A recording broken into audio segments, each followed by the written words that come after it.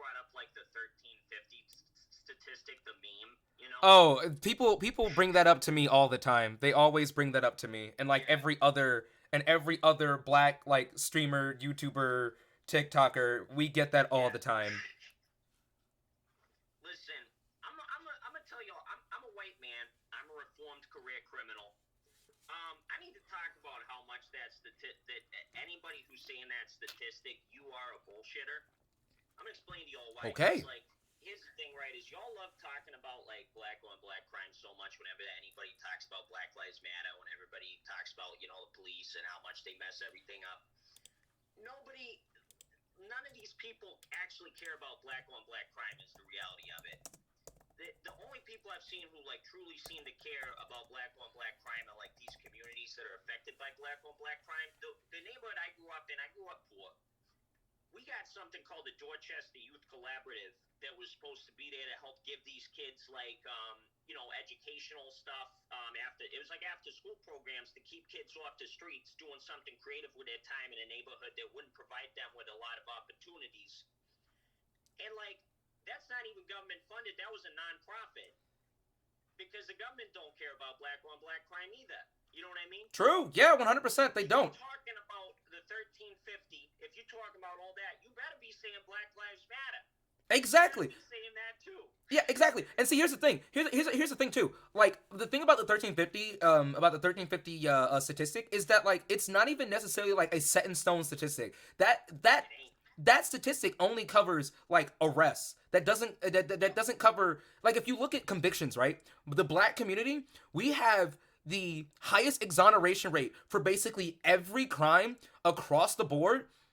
The only crime in which we are somewhat like remotely comparable to white people in is like sexual assault, but that's just something that like everybody we don't really have like we don't really have like a very set in stone like what's it called set in stone like I guess viewpoint of like what constitutes sexual assault, and that's because we're not educated sufficiently, I think, on like consent and all that stuff. But like these people that always bring up like 1350 and shit, and like I love how you said that they don't care about like they never care about like black on black crime, because here's the thing, like black people, we do care about black on black crime, and we've like talked Yeah, about you do. we do talk about black on black crime. But the thing about Black Lives Matter, the organization, is that like it's trying to tell people we can only focus on like so many things of a handful of issues and problems at a time, right? So like we have to teach it within ourselves. And somebody said this on the news. I forget his name, but I saved the video. Thank God I did.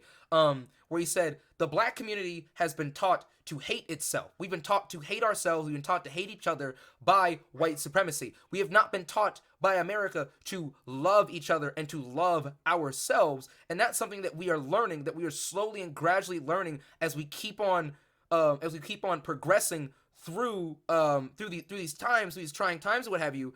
And uh, the problem is like when white people bring up like 1350 and how we like you shoot your own and shit like that. I mean, yeah, but like, do you ever question why that happens? Do you ever question like the societal conditions that leads to people committing crimes? Like, don't get me started on like white people and how white people kill each other too. Like, Yeah. but I acknowledge that that's a You want to hear systemic some? thing. Yeah. You want to hear some anecdotal evidence of this? Because I'll tell you some stories, man. It's like so many times when I was growing up, it's like I seen like white kid and a black kid both get in a fight, right? Well, like both people are in the wrong if you're getting in a fight. But the thing is, no matter who starts the fight, it's always going to be a black kid that's getting arrested. I'm telling you this from experience. I can't find you a statistic to prove what I'm telling you, but I can tell you that from experience, from my anecdotal experience. I'll tell you another thing, right, is like I was living in Dorchester. I moved to Brighton, right, which is like a whiter neighborhood. Now in Dorchester, I seen like police cars rolling around like every single day. You'd see one like rolling by without even the sirens, just like they're paying these motherfuckers to cruise around. And then here's the thing, right? Is like I live right next to the Stadies office. Hello, pigs, if you can hear me. I live right next to the Stadies office. Mm-hmm. Those motherfuckers just be sitting there all night, not doing anything, man. Honestly, like, They okay, be sitting there okay, all night. honestly, okay. So here's the thing. I'm gonna give you to piggyback on that. I'm gonna give my own anecdotal thing, right? So for my day job right now, because my content creation and my activism has not kicked off as like an actual career for me to make money yet. It is, Chad. You're right. What happens is like I've delivered in predominantly white neighborhoods. I've delivered in predominantly black neighborhoods. I've been all over my city. I'm from Cincinnati, all right? I've been all over Cincinnati, Mason, Cleves. I've been all over this like greater Ohio, Cincinnati area, right? And the ways, it's so freaking funny because the ways in which policing happens in all these different areas, it's like it just proves the point of like Black Lives Matter all the time. So Yep. one time, and we crossed this territory. My boss decided to cross this territory. It's called Winton Terrace, and my boss crossed this territory, or you know, my company, whatever, crossed this territory off of our delivery routes because of the amount of violent crime that us drivers have gotten involved in. And the thing is, in those areas, there's heavy policing. I remember in Winton Terrace, there was a cop around every freaking corner, and there was still shit going on. Even though there was a cop around every corner. Now, I go out to Cleves, an area that is predominantly white, predominantly Trumpy, predominantly Republican. Like, there is not a single Black Lives Matter flag out in Cleves. I maybe saw like one or two bumper stickers that said Black Lives Matter. The rest is just all Trump, hating on like the LGBTQ plus community, on every other marginalized group you could think of. That's all you ever see. Like driving through Cleves, I hate it. I hate my job because of that one specific reason right there. So, but like, there's no police, but there's still like heavy drug use. I see it all the freaking time. If I could give, oh, there you are. If I could give you another anecdotal thing that's happened that I've seen happen in my life personally. My friend who lives in Cleves, I remember the day he was gonna take me to get my driver's license, right? I walk into his house, he opens the door, and keep in mind, well, no, I'm gonna say this punchline for after I tell the story. I walk in, and immediately, drug paraphernalia all over the house. I'm talking, these people have bongs the size of small children. Bongs bigger than my cats. Like, I'm not even lying. Like, there's my cat tree. Back there, I can't even show you guys. But like, my cat tree is like half as high as the wall of my apartment. They had bongs, I'm not even kidding you, the height of that cat tree littered around this entire freaking house, and across the street lived a cop. I'm not lying to you. Across the street, I can't tell you how many times. When I was in Winton Terrace, right? All these people, all these black folk are just around. They're outside. They're hanging out. They're not doing anything bad or anything like that. No joints. The worst you'll ever find is a cigarette, a cigar, or a cigarello. I go out to Cleves. I can't tell you how many times. And like, I smoke a little something here and there, something here and there. But we all do at this point. I can't tell you how many times I've come up on people that are just in the open, just smoking weed in the open, like without a care in the fucking world. Yeah, it's so easy to have, that will also have like, back the blue flags and back the blue stickers all around freaking Cleves. It's so easy to back the blue when the blue is not on your back. It is so freaking easy. It is so freaking easy to say back the blue when you have one cop in your when I see one cop in your entire freaking city or your entire freaking town. And Cleves is not small. Cleves is freaking huge. But for some odd reason, people out there do hella drugs, smoke hella weed, and there's like one cop. And then you guys want to sit here and say the cops go where the crime's at. Miss me with it. Miss me with it. Miss me with it. Let me tell y'all something about correctional facilities, because like a lot of people have this notion that cops are like going where the crime's at to fix the crime right now. I went into those correctional facilities. I came out more fucked up and violent. True. You want to talk about violence that goes on in these neighborhoods? Talk about your daddy getting arrested for a marijuana charge. You growing up without a father in an unstable environment. You're gonna join a gang. That's what I did. You know what I mean? My dad wasn't arrested, thankfully, but I had other factors playing into it. You know what I mean? And like, that's the reality. Is you want to stop like the violence in a lot of these neighborhoods, you got to address the problem, which is the over-policing. It's the fact that we put all the funding into Yep. policing and not in things like after-school programs, Right, exactly. education systems. That's the issue right there. Oh my God, it's funny that you bring that up because I watched it. I watched a debate. It was Vosh, Hunter Avalone, and then some other guy who it was two lefty people. Vosh, Hunter Avalone, and then versus two right leaning people. Some guy who I've never heard of, and then Officer Tatum. Do you know who that is? Do you know who Officer Tatum is? Sounds familiar. He's a big black guy who he's always like frontlined by the Republicans and by conservatives all the time, and he is the most anti-black, probably one of, if not the most anti-black black person. He's like right up there with Candace Owens, okay? Like just so, yeah, just so anti-black. You might as well just give him a robe. You know what I mean? You know what I mean when I say robe, right? You might as well just give him one of those hoods. Like they're so defaultly anti-black. And he was like, and like Vosh and Hunter Avalone, and Hunter Avalone isn't even like a major lefty, and they're both like this was like a couple years ago. They're literally atomizing, destroying these right wingers with all kinds of facts, evidence, and data, and all Officer Tatum and the other guy ever rebut with is like common conservative talking points and anecdotal shit. Here's what happened. Officer Tatum would bring up something like, oh yeah, what goes on in the black community is these kids, they don't have fathers in the home. They don't have fathers in the home, or like positive male role models. They're being raised by single mothers. And then like the other two lefties are like, well, here are statistics and reasons as to why this is happening. Maybe we should address this. Maybe we should put money into after school programs. And then he just goes right back to like, gang activity and everything. And then the two lefties are literally giving him the answers that he's asking for. And he's like, no. And this guy, funny part is, this guy, the reason why he's called Officer Tatum is because he was at one point a cop. And I'm like, dude, and Hunter said it perfectly. He was like, if you were a cop, I'm scared. Like, and I'm scared for the black community if you were a cop. And Officer Tatum is black. And like, if that man, if that's the kind of people, the black cops, if they're like that, and I know not all of them are like that, but like, if he's one, there's gotta be many others. But like, imagine if that's the black cop, imagine the white cops, dude. I don't even want to think about it. I don't want to think about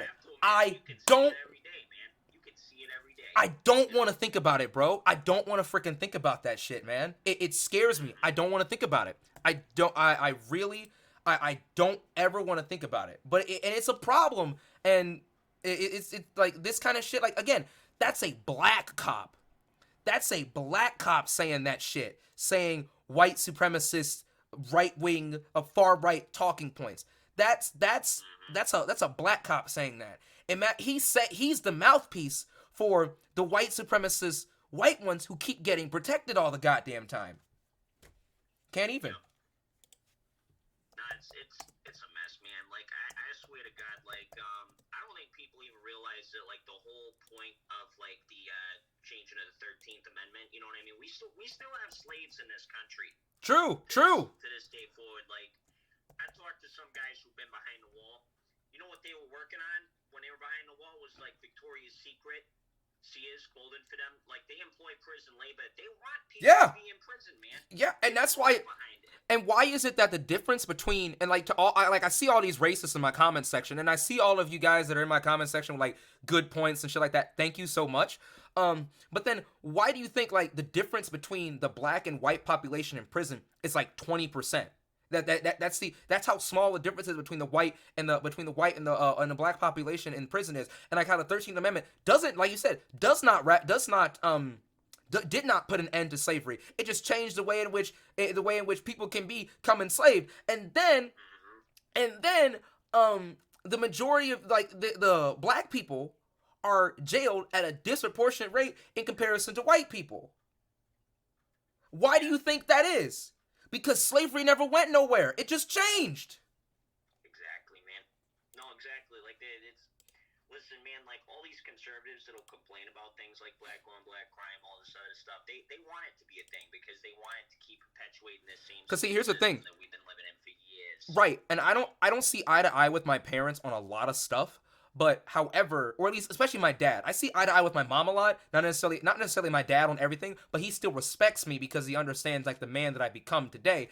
And my mom said this. She said this to me a long time ago, and it stuck with me. She said, whenever white supremacist types bring up black on black crime, what they're saying is, you kill you, so why can't we kill you?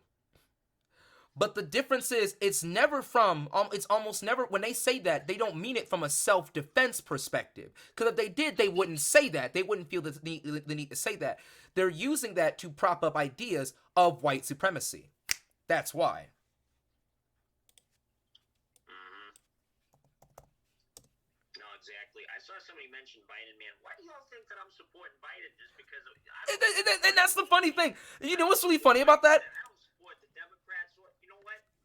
You mentioned gun control earlier, man. You were talking a lot about it. This is a little spicy take that I've been dropping people this month, but I think gun control is absolutely rooted in racism.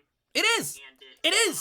It really is. What was gun control beforehand? It was started by a Republican to go against the Black Panther Party because Exactly. a bunch of black men and women decided we were going to exercise our Second Amendment right, and they had an issue with that. Exactly, and that's the whole reason why. I say why people like myself. Another person people should look to for this kind of stuff is Patrick Lawler on here. He's a comedian and he is a friend of mine, and he'd said this before. I don't 100% agree with him, but I do understand where he's coming from with that with the take of gun control never works because it will always disproportionately affect black and brown communities, but the people that are committing a lot of like the majority of the mass shootings are not people from those communities. They're the people from the white communities.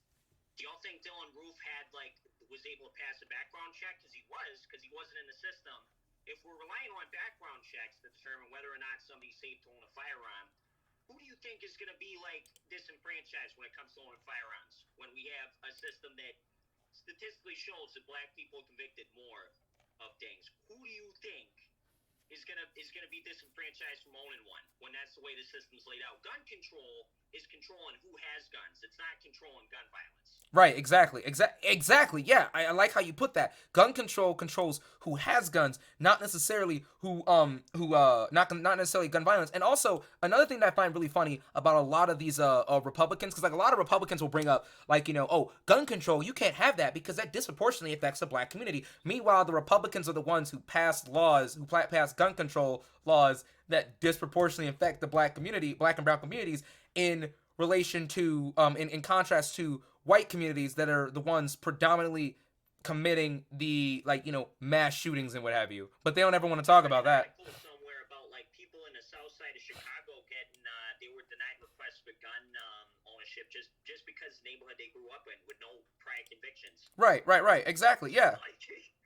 You telling me that ain't racist? Right, and the thing is, and like, there's this one guy who's who's still in my comments, Thunderwolf. I applaud him because like he's been trooping in the comments, but I don't know why the hell he's here. But like he said, I think it might not have been him, but somebody else brought up Chicago and was like, we need police or whatever because of Chicago. It's like, bro, Chicago isn't even the most dangerous city, isn't even like in the top 10, or it's like number 40 something. In like the most dangerous city in America to live in. Bro, I was just in Chicago last November for Thanksgiving because that's where my white sister-in-law lives, all right? I was just there. Like, when I tell you, first off, I enjoyed my time in Chicago. Second off, I loved how integrated Chicago was, how there was a lot of black, white, Hispanic, everybody lived in Chicago because it was a big city. Maybe if he were to actually go to Chicago, maybe people like him were to actually, go to Chicago, they would understand this kind of stuff. Maybe if they were to actually, they would understand how, maybe I was just freaking racist.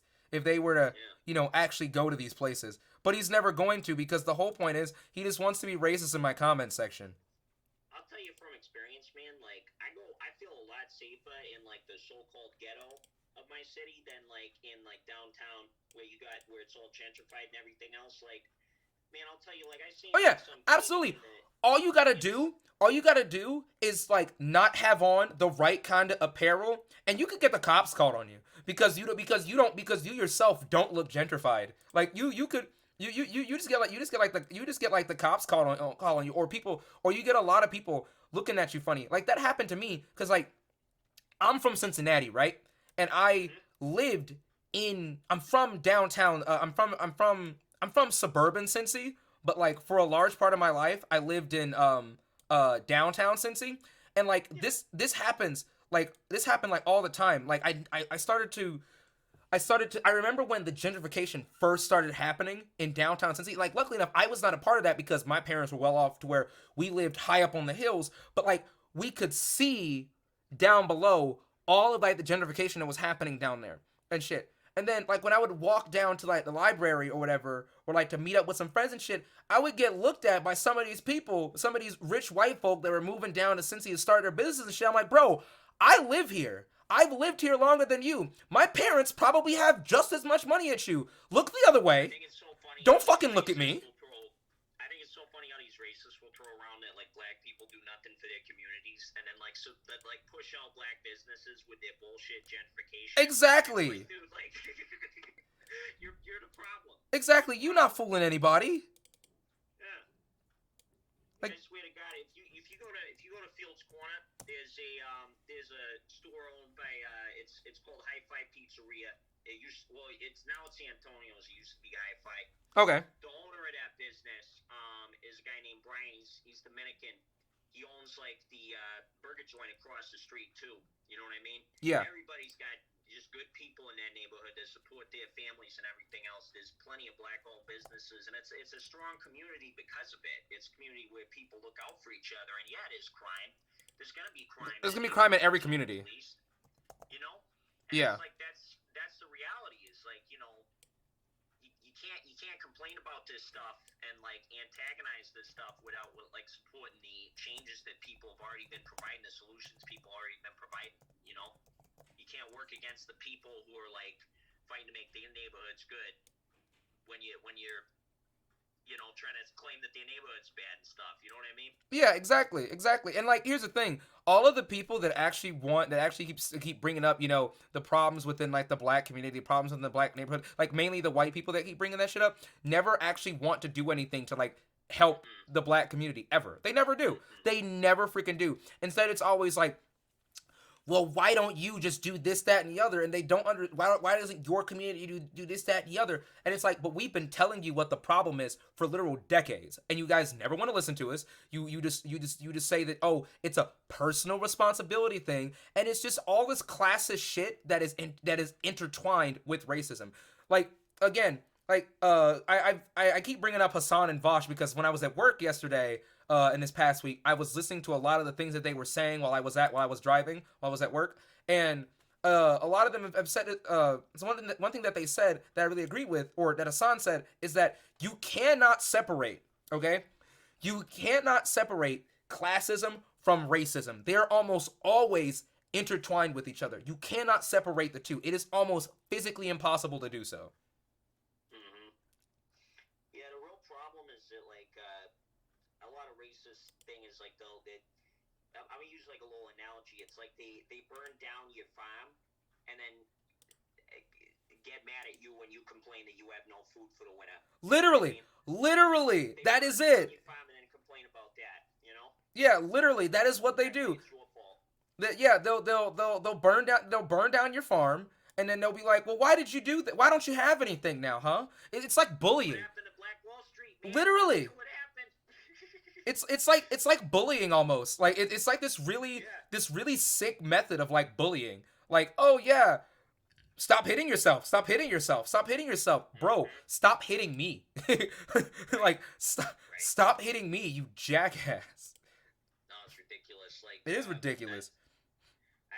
I would love to see a world where it's like we stop focusing on over policing black communities and started focus on like investing in black communities. Exactly. Like that.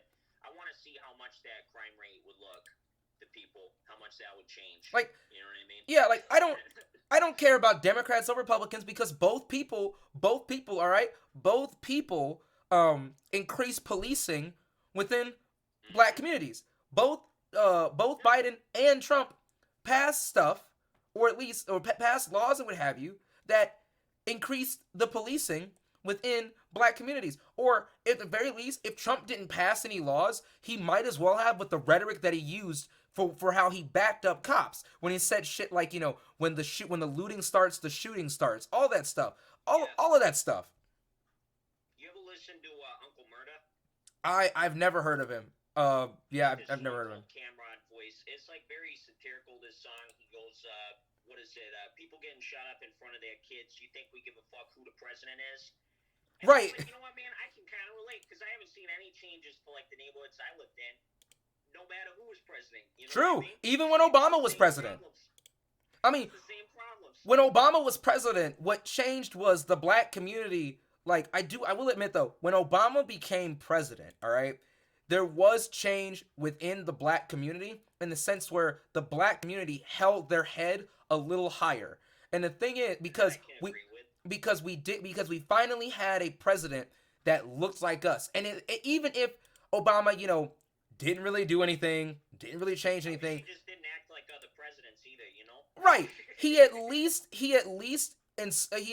like inspired um the black community, and gave hope to the black Yes. community, albeit Yep. relatively minor, but it was still something. The black community for the first time in like in history, in American history, got something. They felt like we felt like, I'm gonna say it, we felt like we won for once. We felt like we won, even if it didn't really change anything.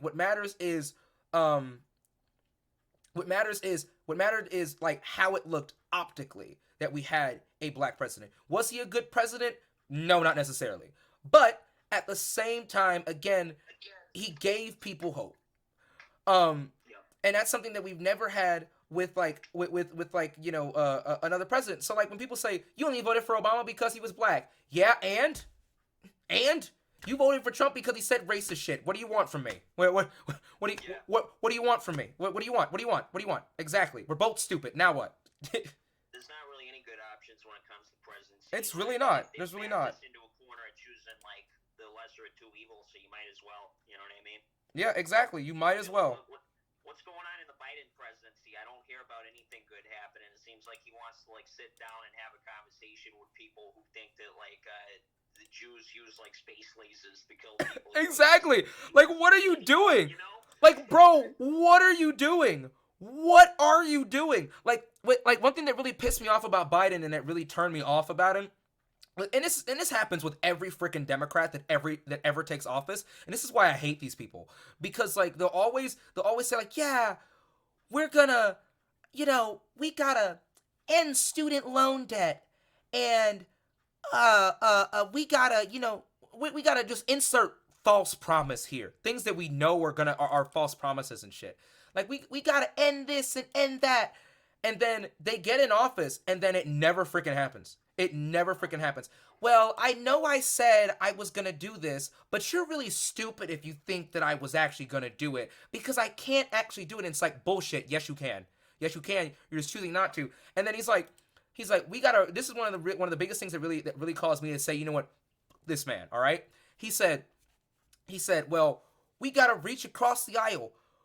Did the Republicans reach across the aisle when they held like all of the power for the first 2 years? Did they reach across the aisle, or did they immediately just start steamrolling everyone who disagreed with them and who they did not like, even within their own party? Did they try to reach across the aisle? No, as far as I saw, no, they freaking didn't. So like, why are you trying to reach across the aisle with people that would like, dare I say, I don't want to say, it's a bit too violent for TikTok, but people that would steamroll you at a moment's notice. Why? Why are you trying to reach across the aisle with these types? Why are you doing that?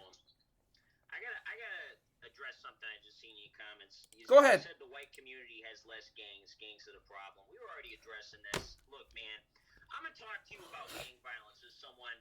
I've been about that life. All right, that was my life for a while. Let me tell you something. Like, the only reason that we have less white people in gangs is because the fact of the matter is that racism creates institutional classism as well as discrimination, other stuff like that. We redlined a lot of these communities. We stripped a lot of these communities of their opportunities. And now you're sitting here claiming that like white people have less gangs. Let me tell you, man, I grew up the way I did. I got into gangs just as easily as anybody else did. It's about proximity to a lower class neighborhood. Yep. That's the only reason people end up in gangs. It doesn't matter whether you're white or black. The only reason that there's less white people in gangs is because white people are statistically more likely to have the resources to get out of poverty than a black person, and that's just the reality. And if So you think, and if don't be acting like black people only people who are in gangs, man. White people do crime just like everybody else. We're scumbags just like everybody else.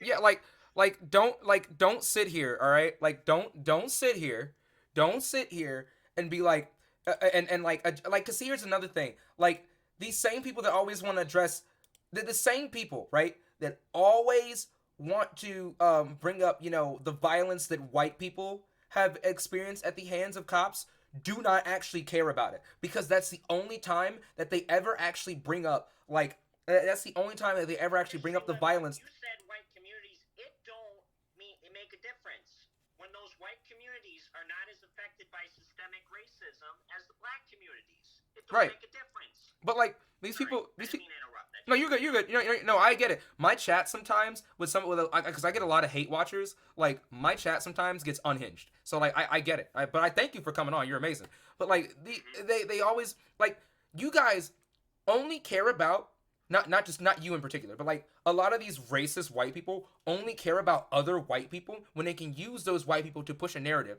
You literally are willing to eat your own. You literally are willing to eat your own. What the fuck makes you think that I think that you care about me and my community when you guys only bring up your own community to shit on other people's communities?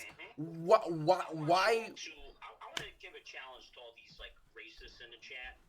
I want y'all to put your money where your mouth is. I want you to go down and donate to your Boys and Girls Club, donate to your YMCA, donate to programs that help youth in underprivileged communities. If you want, and then you can talk about black on black crime all you want.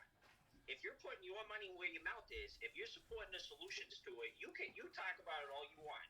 But I want to see y'all putting your money where your mouth is. And I'm gonna need the receipts. Yep, we're gonna need the receipts. I'm gonna need the receipts. We're gonna need to see that y'all are doing it. If you guys 100%. I'm gonna need them receipts, fam. You don't have a place to speak on it. Exactly. Yeah. Well, exactly. These racists think they slick. They think they slick. Like one of